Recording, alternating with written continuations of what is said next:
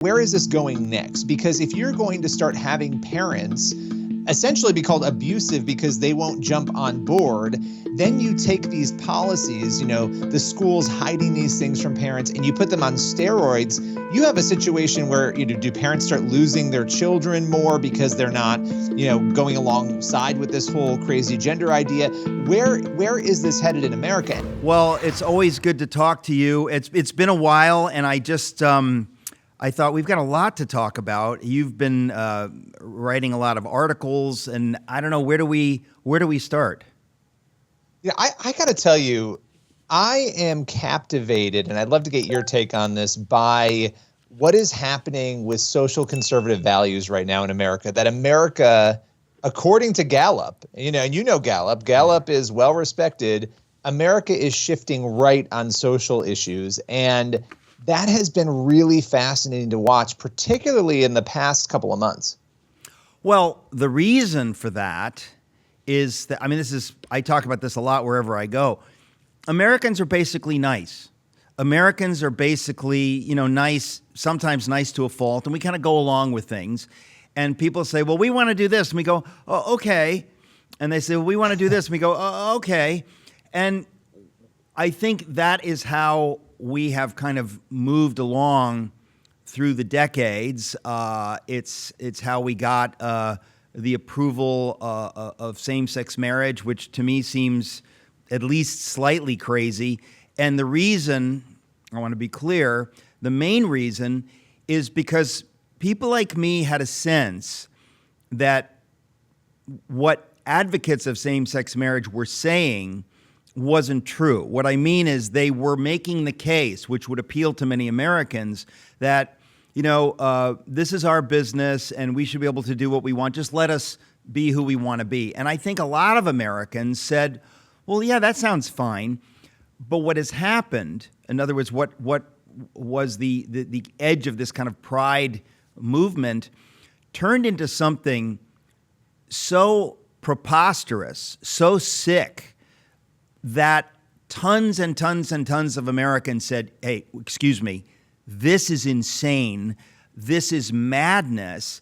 We didn't sign up for this. We're against this. That's at least my initial take on answering your question. Well, I think, when you look at it, I agree. I think a lot of people, look, America's all about freedom, right? We look at our country, the values that we have. And so that sometimes translates over into these other issues. And it can create some speed bumps, I think, for Christians and for social conservatives on issues like gay marriage and abortion, because it complicates the polling on some of this. Because when you ask somebody, well, should somebody have the right to do that thing? People are generally like, yeah, you know what, as long as it doesn't affect me, I guess that's okay, even if I don't like it. As long as the unborn child is not actually murdered, I'm cool with abortion. Well, abortion's a more complicated one, okay. and we should definitely talk about that. Okay. I think on something like gay marriage, it's a little less complicated in that you could separate yourself out from it, and you could say, well, it's not hurting anybody else. And I think people were doing this, right, for a long time. It's not affecting me. But to your point, the agenda for many people has always been, we're going to make everybody care about this issue, right? It's not going to just be about equal rights and then it's done. And I think COVID exacerbated a lot of this, right? Because parents are suddenly realizing, wait, what is my kid learning? What is the school saying? What is going on? And it suddenly became this influx of content through Hollywood and media. And it's like every time you turn around, there's a drag queen reading a story in a library to kids, right? And it just became this massive issue that was not at all how it was sold when same-sex marriage, became a Supreme Court battle and, the left won. And so you're having people feel this pressure on them. And what I think is interesting about the polling on this, look, let me just give you some of the Gallup numbers because I find them mesmerizing. 38% of the country is now saying that they are conservative or very conservative. They are self-selecting that. If you asked that same question last year in 2022, it was only 33%. Now, that may not seem like a big jump, but a 33 to a 38% jump is a big jump. And in 2021, it was just 30%. So that's an 8 percentage point jump. John, that is huge. I'm years. Sorry, Billy, that is absolutely huge. And I did not know this. So it's very interesting. It's one of the reasons I like to have folks like you on the show. In fact, it's It's one of the reasons I'd like to have you specifically on the show, because I would not know that. That is a major indicator. I mean, everything in our lifetime has been moving in the opposite direction. People are more open to this or more open to that. That seems to be the trend. So for you to tell me that Gallup is saying in 2 years, 8% have self-identified as conservatives, that confirms what my gut has been telling me, but I never would have known until now. So that is actually extremely interesting. And I mean, I don't know if it makes sense to you what I was saying, but I really do think that things have gotten so dramatically bad that people who are kind of sleepwalking are waking up and they're saying, whoa, no. We didn't sign up for this. We had no idea. Somebody needs to stand against this. Yeah, well, 100%. And I think you had cancel culture, right? And everybody was so afraid of that. That was like another factor here. You had a lot of people who didn't want to speak up. And one of the problems with polling, is that a lot of times it's like when you ask somebody, when's the last time you donated to your church or to charity? People tend to over-assess the last time they did that because nobody wants to tell anybody that they didn't donate or they didn't give. And so you have to really be careful with polling on this. And so I think a lot of these issues, people were saying, yeah, I support that. Yeah, that's okay. Again, it doesn't affect me. But now I think some of that fear of cancel culture has gone away. And if you look at the actual graph on this, it's crazy because you see fewer people calling themselves liberals, more people calling themselves conservatives. And here's the scary thing. If you're on the left, if you're a progressive and you're looking at this, these numbers are shocking, especially if you're a strategist working for, a candidate, because young people are shifting. And when young people shift, this is the core of the Democratic Party, of the progressive side, are young people. 30% of 18 to 29-year-olds are calling themselves conservative, up from 26%. And here's the thing. The jump from 2021. Wait, what was the percentage? Sorry. So it's 30% of 18 to 29-year-olds are calling themselves conservative, and that was just 24% in 2021. So that is alarming for the left. Yeah, and it's good news for the sane. That is really that is dramatic. But that's interesting because again, you're into this stuff and you're bringing actual poll numbers confirming what I have been suspecting, that things have gotten so bad, so dramatically bad, so quickly that there are just tons of people waking up and they're saying, you know what, I had no idea. I need to do something, or I need to take a stand, or I need to. But I think I keep hearing this, people that have woken up just in recent years and have kind of, changed their tune. Yeah, well, look, if you care about freedom, and this is the thing, right? Because the way that they sold same-sex marriage, again, completely different from what has happened, you now have a world in which you're the crazy person, you're the strange one if you have an issue with Drag Queen Story Hour, right? I mean, that is sort of the culture that we're in right now, but yet so many people feel this way. And I think it's one of those situations where you walk in a room and you see something crazy and nobody's saying anything about it, but everyone's kind of looking at each other and they're like, that's really strange over there. What are we going to do? I think what you're seeing now is people are going to school board meetings, right? Parents are activated. And I think, again, COVID exacerbated that. Some of the things we've seen happen in the last couple of years, we can debate COVID all day long, but at the end of the day, one of the best things to come out of it was an awareness among parents of, what is being taught to my kids? What are they learning? What are they seeing and experiencing inside their schools? And so now you have people calling those parents, domestic terrorists essentially for showing up to make their voice heard. But I think most reasonable, rational people, they recognize that this is not okay and that it's gone too far. We are talking to Billy Hallowell. He's with CBN News. We'll be right back. Plenty more. Hey there, folks. If you enjoy this video and want to see more interviews like this one, make sure to subscribe to my channel. Please just hit the subscribe button below. Click the notification bell so you don't miss new content every single week. 90% of you who watch are not subscribed, and you could be in the first 100,000 subscribers to my channel. I would love that. Please subscribe. God bless you. Welcome back. We're talking to Billy Hallowell, who's with CBN News. Billy, you report on faith and a lot of other things. What else should we talk about? There's a lot to talk about. I know that you wrote an article recently about a teacher explaining why she's suing over alleged school policy mandating she hide students' gender identities from parents. That, to me, is one of these things certain things you hear them and they just stop you cold. When I heard somebody a few years ago talking about defunding the police, I remember thinking, what? Like, what? That's the dumbest thing I've ever heard. That's probably the dumbest thing I've ever heard. What could be more stupid? If you're living in a crime-ridden neighborhood, if there's crime, defund the police. Yeah, maybe the police ain't perfect, but get rid of the police, turn things over to the criminals. That's sheer lunacy. When I heard that there are people advocating that government, schools, public schools should be able to, in a sense, have their way with your kids and push you as the parent out of that equation, I said, I didn't think I would ever live to hear this in America. They did this in Nazi Germany. They did this in the Soviet Union, all throughout the communist world. Governments take the children from their parents. They try to get the children to report on their parents. If your parent is not, a good Nazi or a good communist or a good whatever, trying to separate families from their kids, as wicked as it gets. When you think about evil, we know in slavery times, one of the most horrible things, that children would be separated from their families. Evil, we've always known, it seems to me, that that's a hallmark of evil, that families are central. It is happening today. And so you reported on a teacher who was being told by the administration in her school that she needs to hide the kids' views about their own gender, whatever it is, from their parents. And she knew this is immoral, I can't do this. And so she decides to sue the school. I mean, to me, that's really good news that this teacher had the guts to stand up.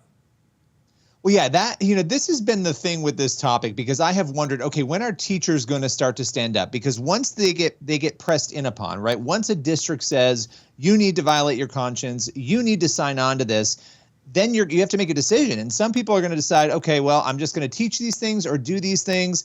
But I knew there were going to be people who would stand up. And Elizabeth Marabelli, she is one of those teachers. This isn't just some random teacher who just started teaching. She is a veteran, decades-long teacher. She works at Rincon Middle School in Escondido, California. And her concern is exactly what you just said, that this purported policy that the district has, and of course, no district is going to comment on anything like this. You can't really get interviews out of them, so you have to kind of go with what she's saying. But she and another teacher have filed this lawsuit based on the claim that they were told that they needed to conceal the gender identity of the students, as you said. And the thing that's so deceptive about this is that when you're talking to a parent under this policy, you would purportedly use the biological gender, right? The pronouns. But when you're talking to the student, you would engage in whatever pronoun they want to use, and you would be concealing and hiding this from the parents. And it's interesting, the issues that you raised there, because for decades in this country, we have had a debate about parental rights, right? And every once in a while, a politician will say something like, the kids belong to all of us, and people will get upset about that. And it used to just be abortion or birth control or these other issues that the schools might be involved in. Now we're talking about life-changing, life-altering, even more so, body-changing procedures, hiding those things from parents, proposals to obviously create these sanctuary states where kids could go and do this without parental input. This is a divide. This is the very divide that we have talked about and warned about for so long. And it's so horrific and tragic that it's happening in the confines and the discussion around gender. And so she is challenging this. It will be really interesting. This particular case, what happens with it is really going to matter. And it can have a massive impact across the country, because this is not just happening in California. Well, again, there's so much to unpack here. First of all, I want to be blunt. The whole idea that there are more than two genders is insane. Most people know that.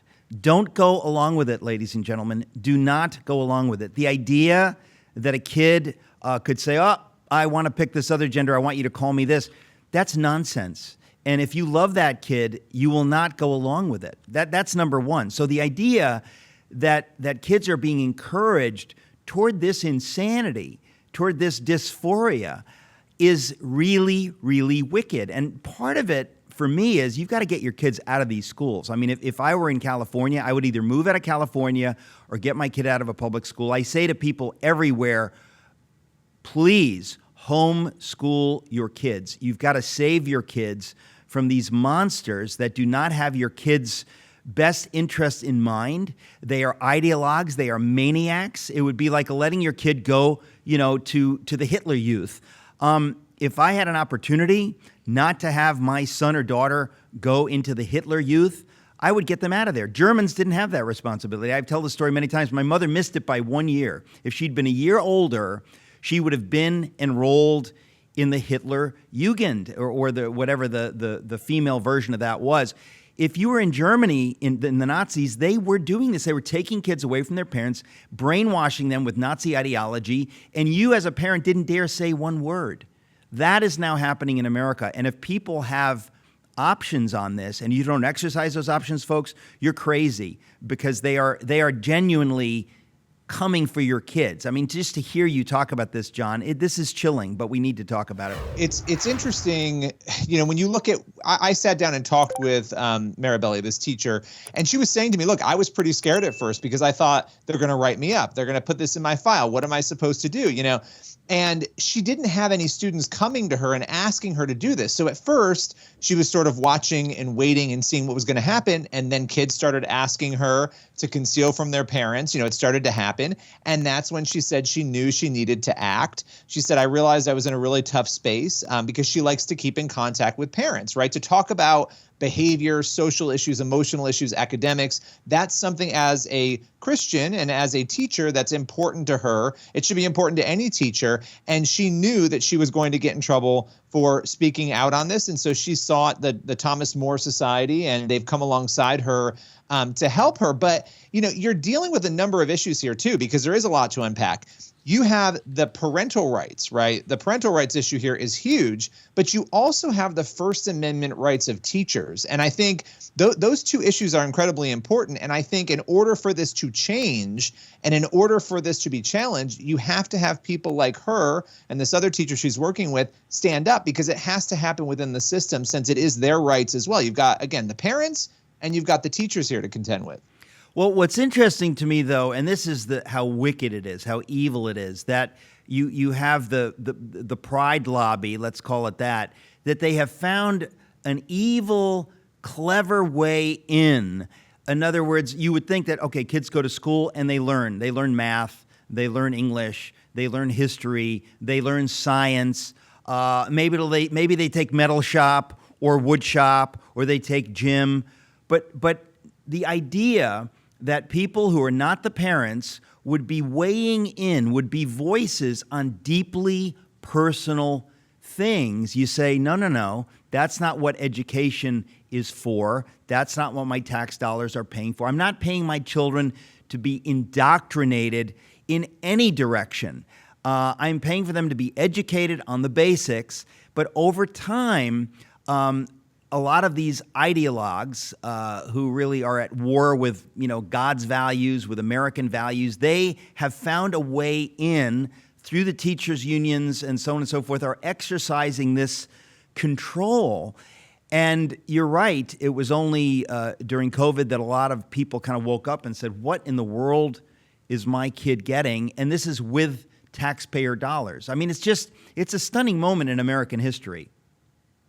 It is, and I think when you look at where this is headed, that's where it becomes really concerning, right? Where is this going next? Because if you're going to start having parents essentially be called abusive because they won't jump on board, then you take these policies, the schools hiding these things from parents, and you put them on steroids. You have a situation where, do parents start losing their children more because they're not, going alongside with this whole crazy gender idea? Where is this headed in America? And that is why a lot of people want to take a backseat. They don't want to have an opinion on these issues. And before I even continue on that, I do think one thing is really important, and I think it complicates this issue to understand.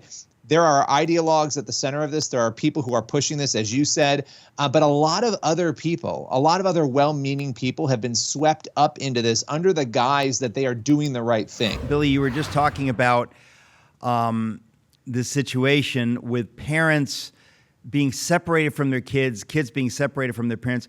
This, to me, I just want to be blunt, this is satanic stuff. This is really evil. Never happened in America. Happened in Nazi Germany, happened in the Soviet Union, happening in China, but never in America. And it's a scary thing. And so I do think people are waking up, or they better wake up. But you were just making a point when we went to the break. Yeah, I think one of the things that complicates this discussion is you have a lot of people who have an agenda and they're pushing it. And you just mentioned the spiritual aspects, which I do think we should talk about, of everything that is happening right now in America, because there is a spiritual realm, as we know, Ephesians 6. And a lot of the things that we talk about, they are the result of that unseen realm coming into fruition. But the thing with this that is so complicated, and it's part of that spiritual battle, is that a lot of people, they think they're doing the right thing. They really believe. So take the ideologues aside, push them to the side. They have convinced millions of people in this country that gender transitions are the right thing to do, that trying to change somebody's gender saves them, from suicide. It's, they're saving kids' lives, and people who are well-meaning are doing really unfortunate things as a result of being told these lies. Some people will say, well, how does a parent come to a place where they say, hey, I'm going to transition my young kid or my 12-year-old? There are a lot of people out there who are telling lies and who are conditioning these parents to believe that this is the right thing. And so that's a part of this that we have to understand. We don't have to like it, but we have to understand it in order to engage it, because there are different sort of motivations at the center of why people stand where they do on these issues. Well, the reason the whole thing strikes me as lunacy is just a few years ago, no one was talking about this. 20 years ago, 30 years ago. Where did this come from? It is nonsense. Most of it, at least, is total nonsense. And what amazes me is how willing people are to go along with nonsense. I mean, it really reminds me, I always think of Germany and the Nazis, that they were able to brainwash a whole population. Oh yeah, the Jews are evil. When do they start becoming evil? Well, let's not talk about that. We just know now that they're evil. They were your friends and neighbors 10 minutes ago, but everybody's decided now that they're evil. And if you don't go along with that, we're coming for you. I marvel that something very similar is happening again. It's not just with the gender crazy stuff, but with a lot of things that people are being told what to think, how to think, and they don't have the knowledge or the courage to say, excuse me, no, that doesn't sound right to me. And by the way, this is America. You don't have any right to tell me what to think or how to think. Sounds like you made this up 10 minutes ago, and you're counting on the fact that most people won't know and are just going to shut up and go along. But of course, a lot of people do just go along, and that's kind of how we are here. Well, yeah, and again, it is that fear, and I think some of that has dissipated. But when you watch famous people, when you watch celebrities say the wrong thing, tweet the wrong thing, they said something 8 years ago, they tweeted something 9 years ago that was offensive, and they're canceled for it, it creates fear in everybody, right? We see this happen again and again and again.